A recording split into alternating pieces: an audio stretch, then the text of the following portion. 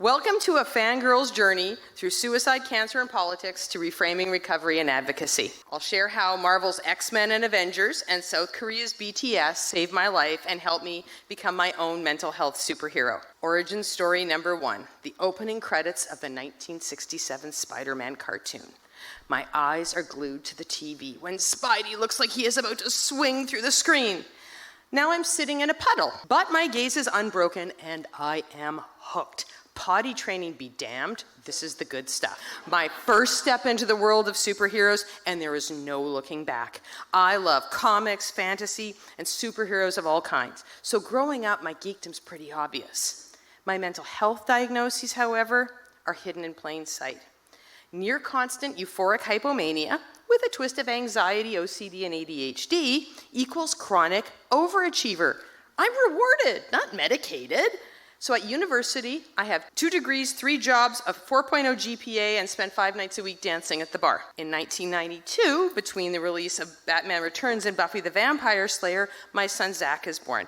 I'm now a single mom grad student. Thoughts of driving my car off a bridge on our way home from campus scores my first official diagnosis: suicidal ideation and postpartum depression. Now, OCD and ADHD will save me from my depression and anxiety and get my master's degree done, and our next adventure is a PhD in Toronto. My med levels skyrocket. I'm volatile. Like Wolverine, I feel like somebody's friggin' science experiment. The X-Men inspire Halloween costumes and birthday cakes on my good days and provide comfort on days when I can't function. While the X-Men are a safe space and Zach's gateway to geekdom, he's a Spidey fan like me, so Madam Web and Peter Parker join the recovery party. And as our comic book heroes move from animation to live action, I too feel a return to life. I'm off meds and onto cognitive behavioral therapy. I marry a muggle and I welcome another geek son, Heiko, into the world. In 2007, I'm asked to run for office and I win. My husband celebrates by assaulting me. A second assault and cancer diagnosis arrive in time for Christmas. Over 9 years, fandom helps me survive surgery, divorce, a second election, and second suicidal episode. And it even has me at Comic-Con cosplaying Nick Fury when I get the call to be health minister. Awkward and empowering. Origin story number 2. My son Heiko's fighting his own battles. Anxiety, ADD, dyslexia, dyscalculia, dysgraphia, all undiagnosed at this point. He believes he's broken.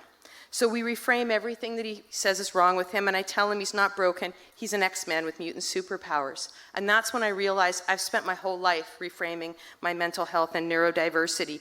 Anxiety makes me a strategic thinker. I don't just have plan A, I have plans B through L.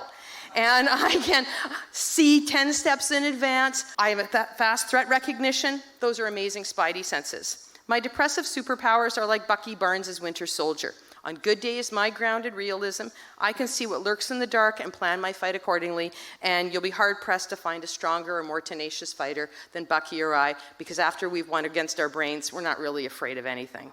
One of the few officially diagnosed superheroes is Hank Pym's Ant-Man, and we share everything I love and loathe about bipolar superpowers. Like him, I've spent the better part of my life reaping the benefits of the seemingly endless creativity, energy, and optimism that comes with bipolar, which also means you're seen as a know-it-all, and we all know how popular that is.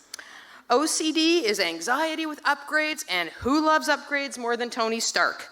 Every new Iron Man suit is a metaphor for my OCD problem-solving skills.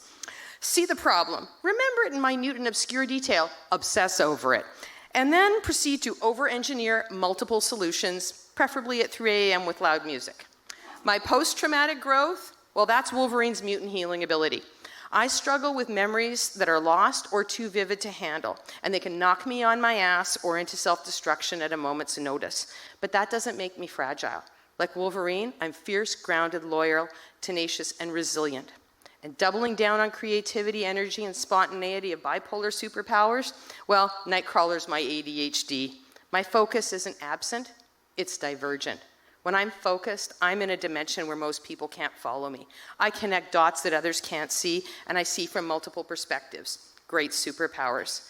In 2016, the election loss had less impact on my mental health than a new job, which did more damage in 9 months than a decade in politics. I'm a wreck, and my superpowers become not just my recovery, but the inspiration to start a new job as a mental health advocate. And with perfect timing, my son brings home 7 new musical superheroes from Seoul.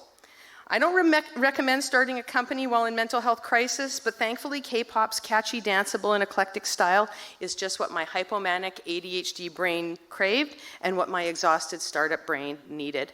And before I understood any Korean, I'm drawn to BTS, Bangtan Soyeodan, Bulletproof Boy Scouts, only to learn that we actually do speak the same language of mental health and superheroes.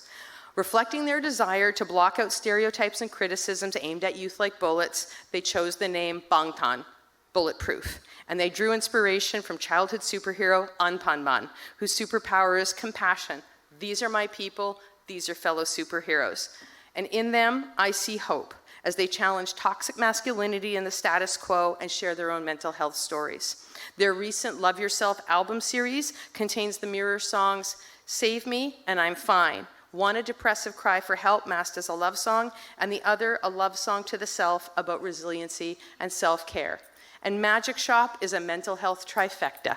Named after a clinical technique inspired by a neurosurgeon's book, it creates compassionate space for peer support in mental health and recovery.